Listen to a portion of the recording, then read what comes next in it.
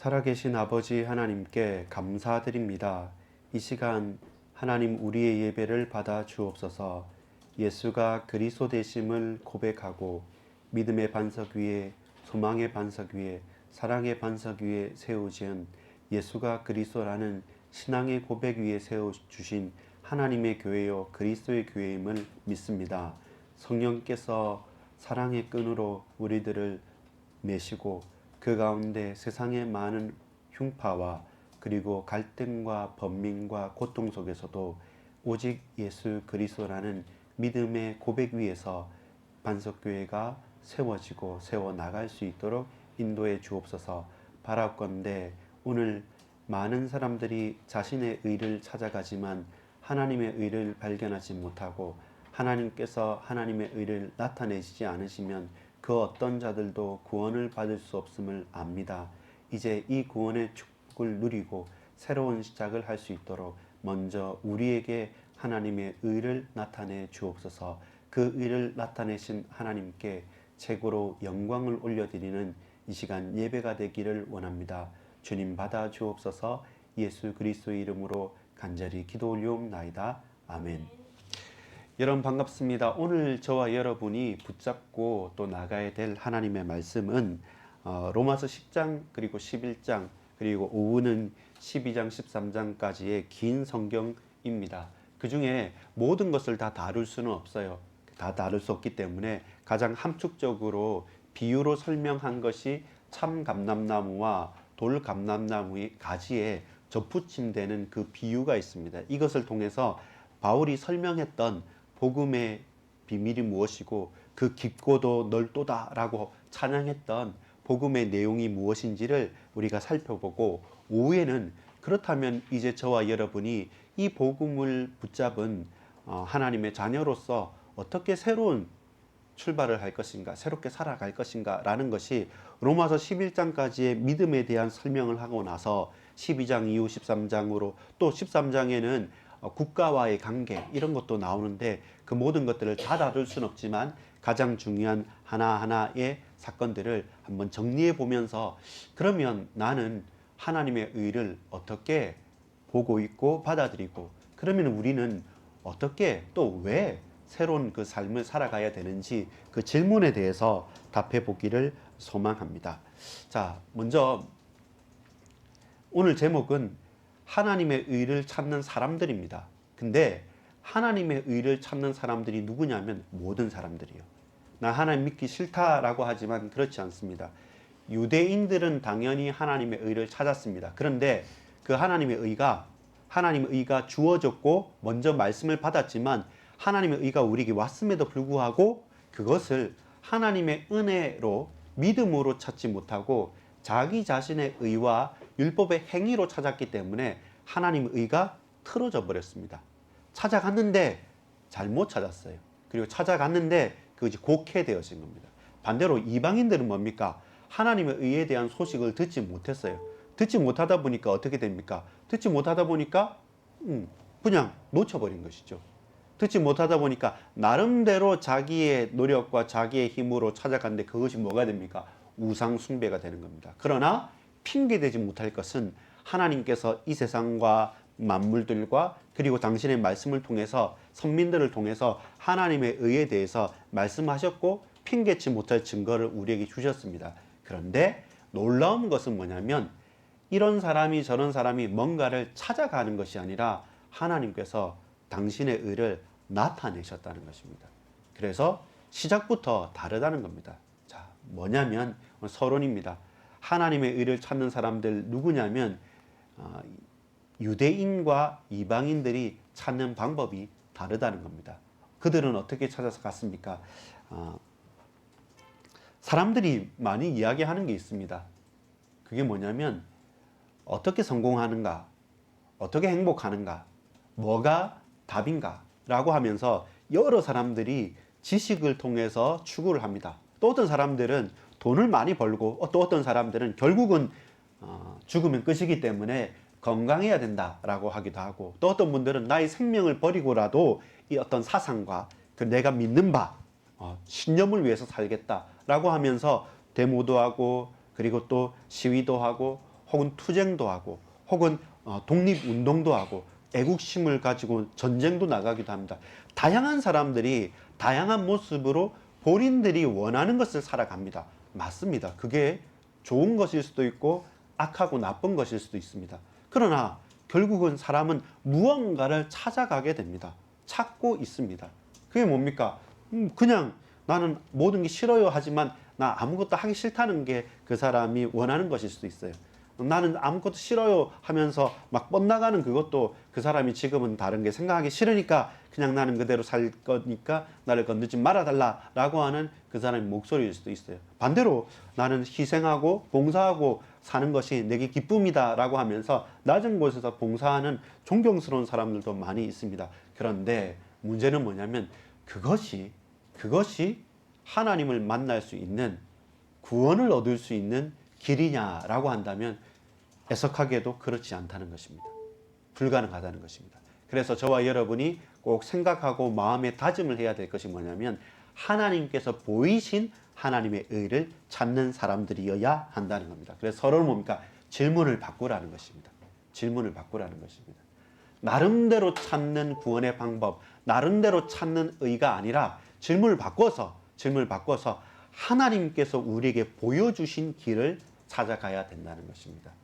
유대인들과 이방인들이 서로 다른 방법에서 같은 질문을 합니다. 어떻게 우리가 구원을 받을 수 있습니까? 뭐가 행복한 삶입니까? 나는 왜 살아야 됩니까? 무엇 때문에 살아야 됩니까? 어떻게 사는 게 맞습니까? 아니, 그게 행복합니까? 라는 많은 질문들을 하는데 그 질문들의 방법과 그 질문을 찾는 길이 사실상 처음부터 틀렸다는 것입니다.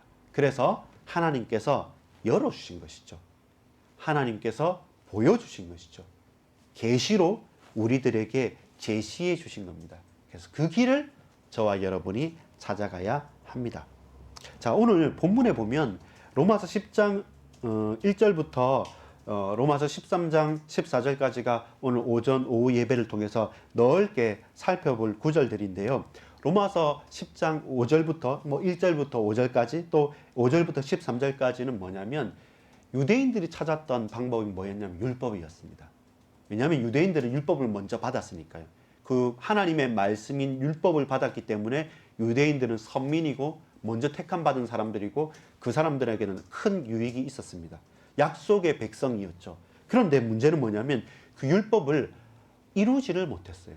율법을 성취하지도 못했고 율법을 지킬 수도 없었던 겁니다. 그래서 예수님께서 뭐라고 말씀하십니까?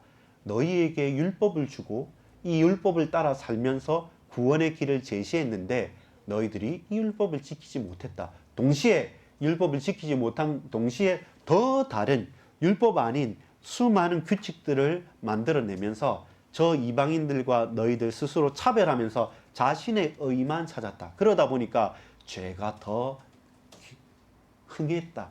죄가 더 많아졌다. 라고 말씀하시면서 로마 10장 5절 13절에 보면 이 율법의 완성은 누구에게 있느냐? 바로 하나님이 보내신 자 메시아 그리스도께서만 율법을 완성하실 수 있다. 그리고 율법을 온전히 완성하셨고 율법에 매이지 않으시고 율법을 초월하셨다.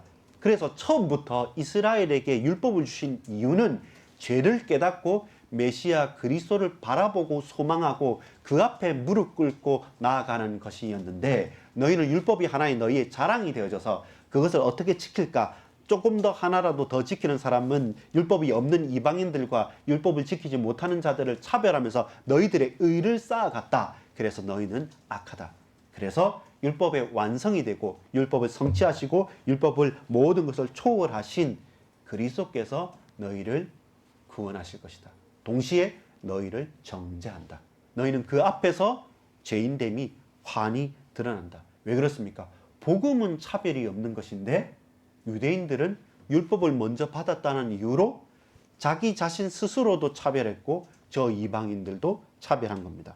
그래서 어떤 답이 나옵니까? 로마 10장 14절부터 21절까지는 이 하나님의 말씀을 듣는 것, 이 말씀이 육신이 되어 우리 가운데 오셨다. 이 말씀을 듣고 그 말씀에 순종해야 되는데 너희는 그 말씀을 들었지만 그 말씀을 지키지 않았고 도리어 죄악되게 행하였다. 그래서 절대로 우리가 스스로 율법을 지키지 못하기 때문에 이 하나님의 말씀이 육신의 몸을 입고 우리 가운데 오셨다. 그래서 그 율법의 완성을 보여주셨다. 그리고 그 말씀을 성취하셨다. 그리고 그 율법을 십자가에서 다 끝장내시고 부활하심으로 우리에게 자유를 주셨다. 그 자유롭게 하시는 분이 오셨다라는 겁니다. 그래서 뭡니까? 예수님이 왜 답이냐라는 사실에 대해서 유대인들에게도 증거가 되고 이방인들에게도 증거가 되는 겁니다. 차별 없는 복음이니까요. 로마서 11장 1절부터 12절까지 보면 이 하나님께서 신실하시다는 겁니다. 왜 신실하시냐면 그렇다면 유대인들은 버림받았습니까? 유대인들은 아무짝에도 쓸모가 없습니까? 유대인들을 통해서 메시아를 보내시고 구원하신다고 했는데 이들이 실수하고 이들이 실패했다고 하나님의 계획은 없어집니까? 그럴 수 없다. 이들이 실패했음에도 불구하고 하나님께서는 이들을 회복하실 것이다. 어떻게 회복하십니까? 라고 할 때 그때 하나님의 방법이 뭐냐면 이방인들을 향한 하나님의 계획이었던 거예요. 그 말은 뭡니까? 율법이 없으니까 처음부터 율법을 몰랐으니까 바로 말씀이 육신되어 오신 예수 그리스도를 보고 듣고 체험하면서 그리스도를 믿게 된 겁니다. 그러니까 율법과 상관이 없이 된 거예요. 율법을 완성하신 그리스도로 말미암아 율법을 넘어서서 초월하여서 복음 그 자체를 붙잡게 되어진 이방인들이 믿음으로 구원을 받게 된 것입니다. 믿음으로 구원을 받게 되니까 저 많은 유대인들이 유대인들의 넘어짐을 통해서 유대인들의 축복거리고 유대인들의 곤란한 일들을 통해서 반대로 어디에? 이방인들에게 길이 열린 겁니다. 유대인들이 율법을 잘 지키고 구원을 받았다면 이방인들이 아닌 유대인들만의 구원의 잔치였겠지만 이제는 유대인들이 하나님을 저버리고 율법을 지키지 않고 이 메시아를 십자가에 못 박고는 말미암아 그들이 멈춰버린 겁니다. 그 대신 그들이 멈추는 그 시간표에 하나님께서 무슨 문을 열어주셨냐면 반대로 저 이방인들의 문을 열어주신 겁니다. 그러다 보니까 어떻게 됩니까? 이제는 그 유대인들의 남은 자들과 그리고 이방인들이 구원을 받고 돌아오는 것을 본 이 유대인들이 시기하게 된 겁니다. 원래 우리가 구원의 백성이고 원래 우리가 하나님의 백성인데 어떻게 그냥 버려진 저 이방인들이 복음을 받고 돌아오느냐라고 하면서 시기하면서 그 유대인들이 다시금 돌이키게 되는 겁니다. 그렇게 되니까 어떻게 됩니까? 결국은 하나님의 놀라운 시간표 가운데 차별 없는 복음이 그 이방인들과 그 유대인들 전체를 구원하신 겁니다. 그 말은 뭡니까? 유대인들의 실수로 멸망당하는 것도 아니고 율법이 없었던 이방인들이 믿음으로 구원받았다고 한들 그것이 그들의 의가 되지도 않는다는 것. 근데 지나고 하루가 천년 같고 천년이 하루 같으신 하나님의 시간표에 보니까 결국에는 뭡니까? 하나님께서 말씀을 주셔서 그리스도께서 말씀이 육신이 되어 우리 가운데 오셔서 이방인들과 유대인들과 모든 나라 열방들을 다 구원케 되어지는 놀라운 구원의 드라마가 이루어진 겁니다. 그러니까 뭡니까? 핑계 댈 수 없는 겁니다. 그러니까 어떻게 원망할 수도 없는 겁니다. 그러니까 어떻게 우리의 생각으로 다 이해할 수가 없는 겁니다. 그래서 결론적으로 우리가 봐야 될 말씀이 깊도다 하나님의 놀라운 이 은혜의 감격과 감사와 그리고 감동을 할 수가 있게 된 것입니다. 본론입니다. 오늘 11장 17절에서 24절까지의 짧은 하나의 비유가 나옵니다. 이 비유를 통해서 바울의 비유를 통해서 저와 여러분이 지금 했던 이 말들을 다시 한번 돌이켜 볼 필요가 있습니다. 여러분 감람나무가 어떤 나무냐면 올리브 나무입니다. 올리브 나무는 사시사철 딱 이렇게 펴져 있는 나무이기 때문에 아주 건강하고 또 힘 있는 나무죠. 근데 참 감람나무, 참 올리브 나무와 돌 감람나무, 돌 올리브 나무가 어떤 거냐면 참 감람나무라는 것은 잘 가꾸어진 나무예요.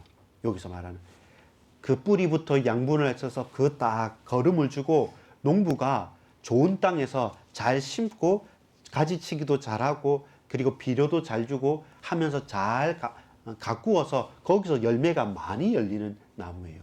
근데 돌 감람나무는 뭐냐면 야생 올리브 나무예요.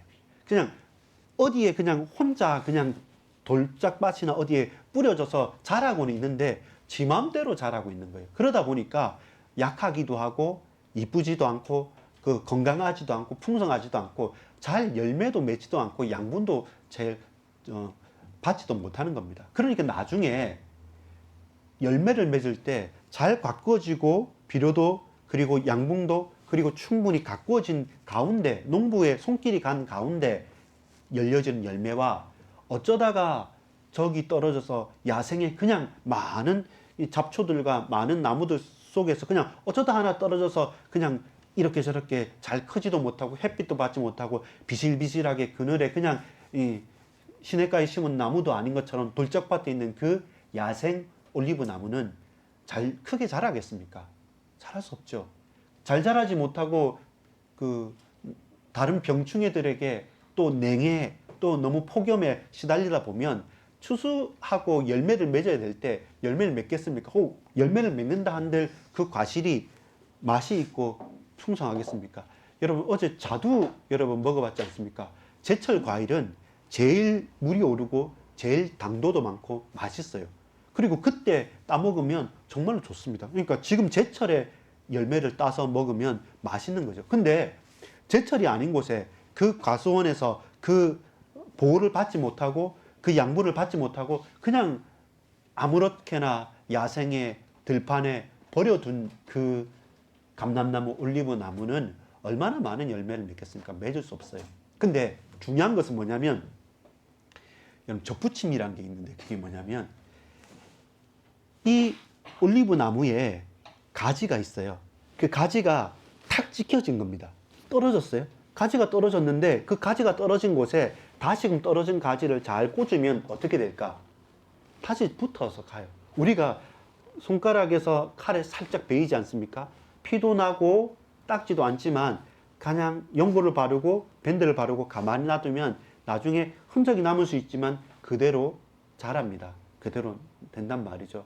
우리 혜연이가 이렇게 기부스하고 딱 한 것도 뭡니까? 잘 할 수 있도록 마치 뼈가 스스로 잘 기부스를 하고 있으면 붙듯이 똑같이 나무에서 가지가 딱 떨어지잖아요. 그럼 다시 잘 주워서 다시 잘 붙이면 메워주면 거기서 그 양분을 받아서 그대로 자라날 수 있고 거기서 열매도 맺습니다. 근데 이제는 이 좋은 잘 가꾸어진 올리브 나무에서 가지가 딱 떨어져 버렸어요. 똑 떨어졌는데 근데 그 떨어진 가지를 꼽지 않고 저기 야생 올리브 나무 비실비실하고 가실도 맺을 수 없는 그 메마른 비실비실한 올리브 나무 가지를 딱 꺾어 가지고 그 참 감람나무 잘 가꾼 올리브 나무 그 가지 떨어진 곳에 딱 접붙임을 하면 어떻게 됩니까? 야생 올리브 나무 그 가지가 뿌리 내려진 잘 가꾼 올리브 참 감람나무의 영향을 받아서 이제는 그 돌 감람나무 야생 올리브 나무에서 무슨 열매를 맺을까? 나쁜 열매를 맺을까? 좋은 열매를 맺을까? 좋은 열매를 맺는 거예요. 그게 바울이 오늘 드린 예시입니다. 비유입니다.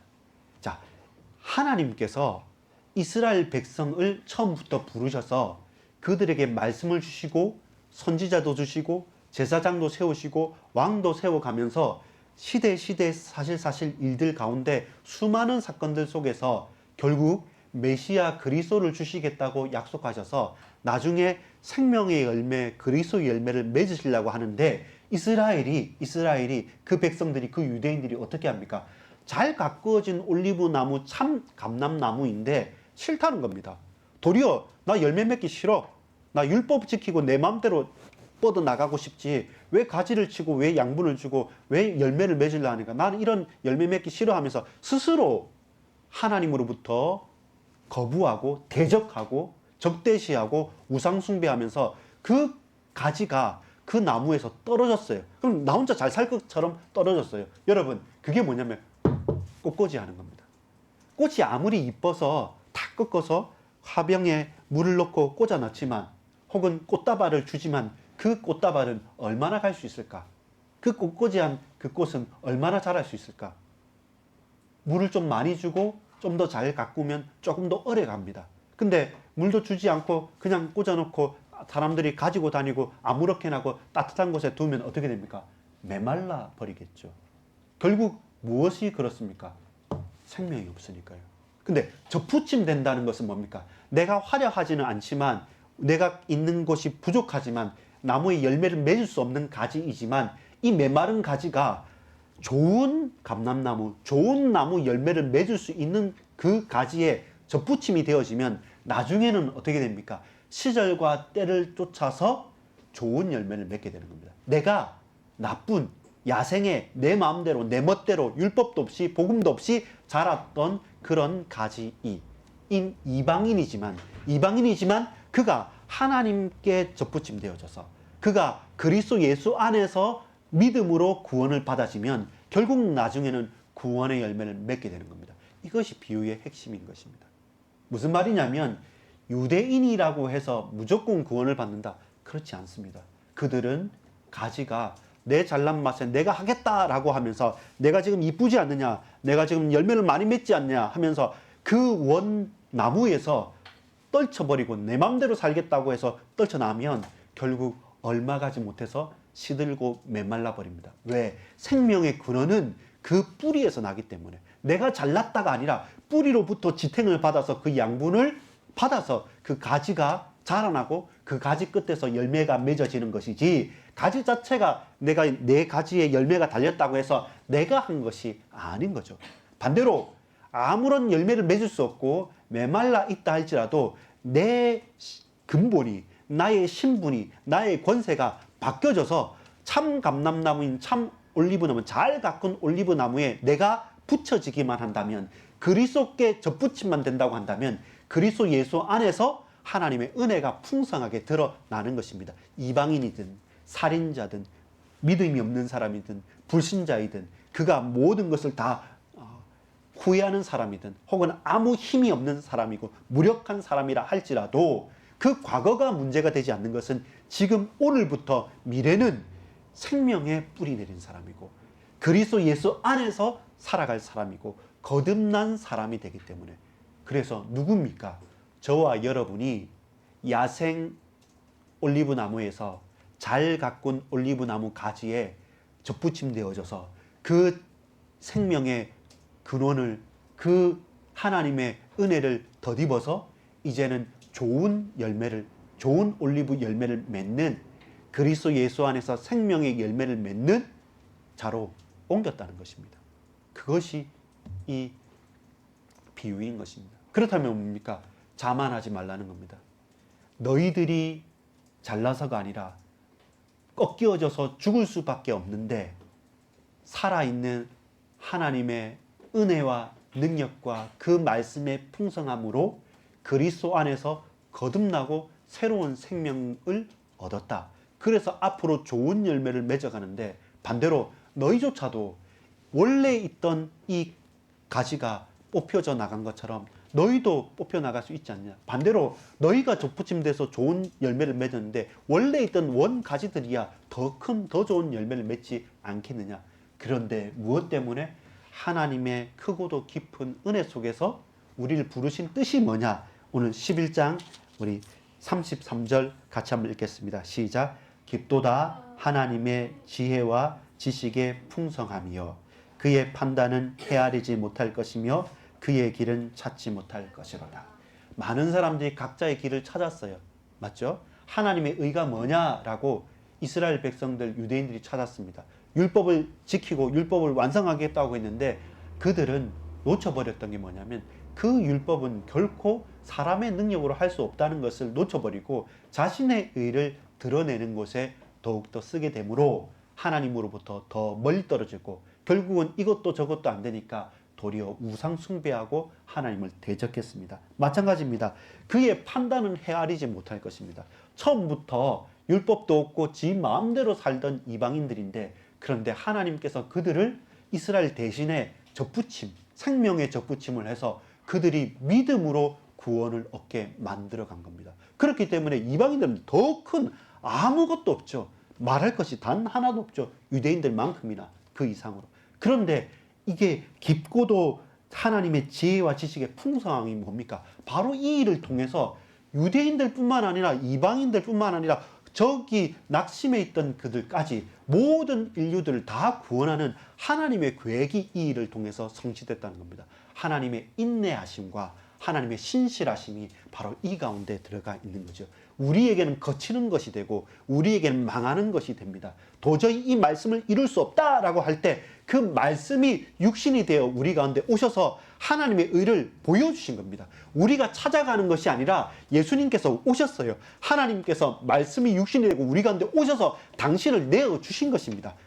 당신께서 십자가에 달리시면서 모든 것들을 완성하신 겁니다. 우리가 이룰 수 없고 우리가 행할 수 없기 때문에 예수님께서 직접 오셔서 직접 싹 다 행하신 겁니다. 그러면서 딱 하나 우리에게 믿음의 고백, 마음으로 믿어 의에 이르고 입으로 시인하여 구원을 이룰 수 있다고 말씀한 것처럼 이 예수가 나의 구세주이십니다.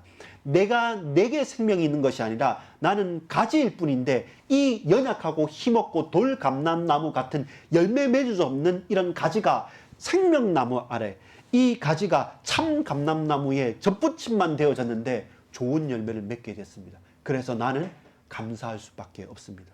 우리가 뭔가를 찾아가는 것이 아니라 하나님께서 직접 오셔서 우리의 길을 열어주셨기 때문에 나는 그 길을 따라갈 따름입니다 라고 고백하는 것이죠. 그래서 이 비유가 의미가 있고 이유가 있는 것입니다. 유대인들도 자랑할 것이 없다. 우리가 하나님을 믿지 않습니까? 예수 그리스도 모든 문제 해결자이지 않습니까? 끝났지 않습니까? 근데 그것이 자랑할 거냐? 아니죠. 감사할 거죠. 반대로 우리가 아무것도 모릅니까? 아무 능력도 힘도 없는데 구원을 받았습니까? 그러면 더욱더 무릎 꿇을 수밖에 없는 거죠. 나는 원래 나는 믿었다가 아니라 원래 우리는 구원받을 수 없습니다. 열매 맺을 수 없습니다. 그런데 우리는 망하게 된 자입니다. 그런데 그런 나를 꺾어서 죽이지 않으시고 꽃꽂이에서 버려두지 않으시고 살아있는 감람나무에 잘 가꾼 감람나무에 꽂아 놓으신 겁니다. 그리스도 안에서 헬라인이나 유대인이나 남자, 여자나 아이나 노인이라 결단코 그 누구도 차별이 없는 것은 그것이 우리에게 허락하신 구원의 은혜요 축복이기 때문입니다. 오늘 딱 한 가지만 기억하면 됩니다. 그게 뭐냐면 하나님의 의는 찾아가는 것이 아니다. 유대인들이 이방인들이 각자의 나름대로의 성공의 방식과 각자의 나름대로 선한 철학과 종교로 찾아갔지만 결국 한계가 있고 그 막다른 골목에서는 자기 의를 가지고 가는 것이나 타락하는 것이나 별반 끝에서는 다를 바가 없습니다. 그래서 하나님의 의는 우리에게 드러나고 나타난 것입니다. 그래서 우리는 하나님의 의를 믿음으로 고백하고 받아들이는 것입니다. 그 받아들임에 가장 중요한 것이 믿음이라는 것입니다. 인정하는 것입니다. 나는 가지다. 가지가 열매를 맺지만 그 나무 둥지에서 떨어지는 순간 꽃꽂이 되는 순간 화려하게 보이고 꽃이 피어 있지만 결국은 시들고 죽는다. 그걸 인정하는 겁니다. 반대로 나는 야생 감람나무이기 때문에 올리브 나무이기 때문에 열매 못 맺어요. 나는 능력이 없어요. 힘이 없어요. 난 원래 안 돼요 하는데 원래 안 되는 그 가지를 딱 뽑아가지고 참 감람나무에 원래 되어지는 생명나무에 접붙임을 한 겁니다. 그러면 뭡니까? 원래 안 되는 게 아닙니다. 되어지는 것입니다. 누려지는 것입니다. 고백되어지는 것입니다. 그것이 복음을 누리는 복음 앞에 선 저와 여러분의 고백인 겁니다. 그렇구나. 하나님께서 나를 부르시고 내가 자랑할 것이 없도록 내게 온전한 완전한 은혜를 허락하셨구나. 그래서 율법의 완성이 누구입니까? 예수님이신 겁니다. 그래서 율법을 초월하신 분이 누굽니까? 예수님이신 겁니다. 그래서 복음은 그 어떤 사람과 그 어떤 민족과 그 누구와도 차별됨이 없이 모든 것들을 덮어 넘으시는 것입니다. 그것이 하나님의 신실하심과 하나님의 계획입니다. 오늘 저와 여러분 우리가 교만하지도 말고 낙심하지도 말아야 될 이유는 우리는 접붙임된 가지입니다. 처음부터 붙어 있었던 이스라엘과 같은 좋은 감람나무의 가지일 수도 있고 반대로 우리는 낙심하고 낭망하고 아무 희망이 없는 돌감람나무, 야생 올리브나무처럼 버려둔 한 나무의 가지일 수도 있습니다. 그러나 우리가 좋은 올리브, 잘 가꾼 올리브나무, 참 감람나무에 접붙임된 이상 반드시 하나님께서 당신의 열매를 맺으시는 겁니다. 그리스도 예수 안에서 나를 나되게, 우리 교회를 교회되게, 우리 아까 찬양한 것처럼 하나님의 나라를 하나님 나라 되게 만들어 가실 것입니다. 내가 뭐 해야 되고 내가 뭘 했다고 자랑할 수 없는 것은 그것이 결단코 우리의 구원을, 우리의 미래를 어떤 응답도 이룰 수 없기 때문에 그렇습니다.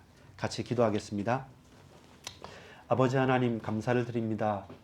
나를 가지로 부르시고 꺾여진 가지, 버려진 야생 가지가 아니라 잘 가꾸어진 올리브 나무에 잘 가꾸어진 올리브 나무 가지에서 맺는 풍성하고도 충만한 열매를 맺을 자로 그리스도 예수 안으로 부르시고 거듭나게 하시고 다시 참된 생명을 허락하심을 믿습니다.